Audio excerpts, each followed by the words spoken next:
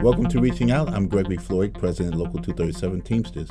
With us today, our very special guest is Councilmember Letitia James from Brooklyn. Councilwoman Letitia James is running for Public Advocate of New York City, and she has a race that's coming up October 1st, which is Tuesday. And when you hear this show, you will have a couple of days before the election, and we are urging you to go out and vote. By the way, she is one of our endorsed candidates, Local 237, Letitia. And everyone calls you Tish, but on the ballot, you're going to be Letitia because that's your name. And welcome to Reaching Out. Thank you. Thank you very much, Mr. Floyd, and thank you for inviting me to Reaching Out and to all of your members and all of the listeners here today. Most voters know that Bill de Blasio won the Democratic primary for mayor, and if they don't, I don't know where they've been. But are confused about another race, and that is your race. The primary election is still going on for a public advocate, and we're here to talk to you about that race, and we're here to tell people they have to participate because low voter turnout is expected. Correct. So 6 days from today, I guess by the time your listeners hear this show, it'll be less than that. On October 1st, on Tuesday, there's a runoff election primarily for the office of Public Advocate because although I came in first and actually won, I received less than 40% of the vote. And the law says that if you do not garner 40% of the vote, you have to have a runoff. So I received 37.6% of the vote. Quite 2 points shy of the runoff. And as a result of that, we have to have a runoff in the city of New York. And notwithstanding the fact that I was outspent by my opponent 4-1, and notwithstanding the fact that my opponent had been endorsed by very powerful individuals, not only in the state but in this country, the reality is that we came out on top. Primarily because of the support of labor. And that's why I need everyone to come out on October 1st in this runoff election where it's anticipated that the voter turnout will be low. And vote for Letitia James, someone who has stood up on behalf of working people, someone who has stood up on behalf of members of 237 and will continue to do that as the next public advocate of the city of New York. You've been a very active member of the city council from Brooklyn. Tell our audience about your many accomplishments in the city council. So I represent Fort Greene, Clinton Hill, Prospect Heights, Crown Heights, a little bit of Bedford-Stuyvesant, and downtown Brooklyn. As a member of the city council, I have challenged this administration primarily on the extension of the third term, which I thought was illegal. I joined with the current public advocate, Bill de Blasio, in challenging the mayor and, in fact, taking him to court. In addition to that, I've challenged the mayor on cuts to municipal workers in the city of New York.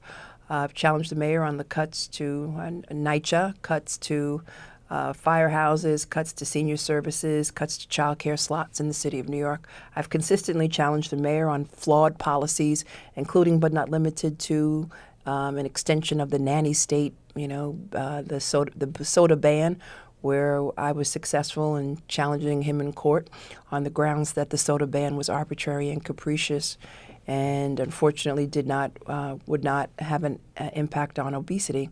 But in fact, having physical education in our schools would go a long way. I've challenged the administration on education, on the fact that he continues to teach to the test and the closing of schools represents a failed policy, and what we need is a more comprehensive approach to education.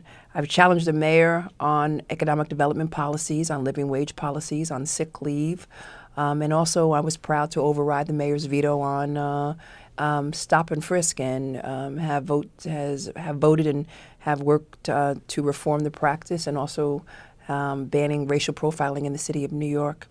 I was the individual who uncovered the City Time scandal, which is the subject of an article today, this Wednesday, in the Daily News by Juan Gonzalez, where we recovered $500 million for taxpayers, the biggest fraud in the city of New York as a result of outsourcing, and led the city forward in the snowstorm, had hearings at all 5 boroughs.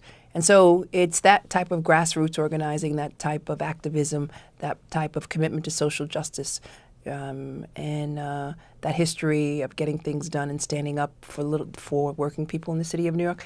That's the type of compassion and activism that I'll bring to the Office of Public Advocate. Now, you mentioned NYCHA. Most of my members work for NYCHA. At least 1/3 of my members work for NYCHA, and many of them live in public housing, which is New York City Housing Authority. I just got word or rumor that NYCHA is going to close the centers, the social service centers. They're going to close some of those areas that the city council had allocated money, and it was my understanding that that money was supposed to go for the fiscal year, which ends June 30th. Yeah, so as a result of the cuts, sequestration, as a result of the failure of the federal government to get its act together, as a failure of the federal government to adequately fund public housing in the city of New York, there's a number of cuts, but also the failures of NYCHA really represent failed leadership. And so here we are. City council members had to step up and demand that that tax levy dollars were committed to certain centers to keep them open until the end of the fiscal year. Why we are cutting it mid-year, I do not know. Obviously, we need to pursue this, and I am sure that Chair Rosie Mendez is on top of this situation, and if not, I'll reach out to her so that we can immediately have a hearing to get to the bottom of the situation.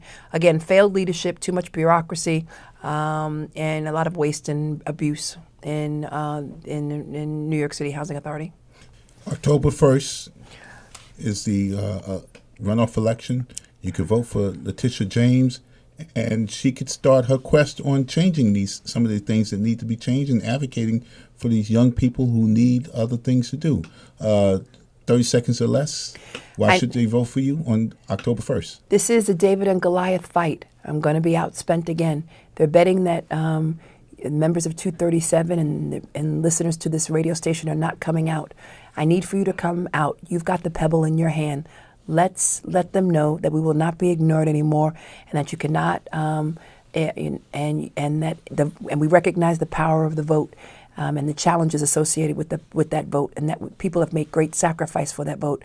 Let's come out and vote on October 1st. And when you vote for Letitia James, you're voting for you and your family, for someone who will stand up on behalf of working people against powerful interests.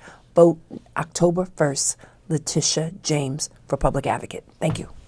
That's all the time we have for this segment of Reaching Out. I'm Gregory Floyd, President Local 237 Teamsters. Our very special guest is a candidate for Public Advocate, Letitia James. Thank you. Thank you.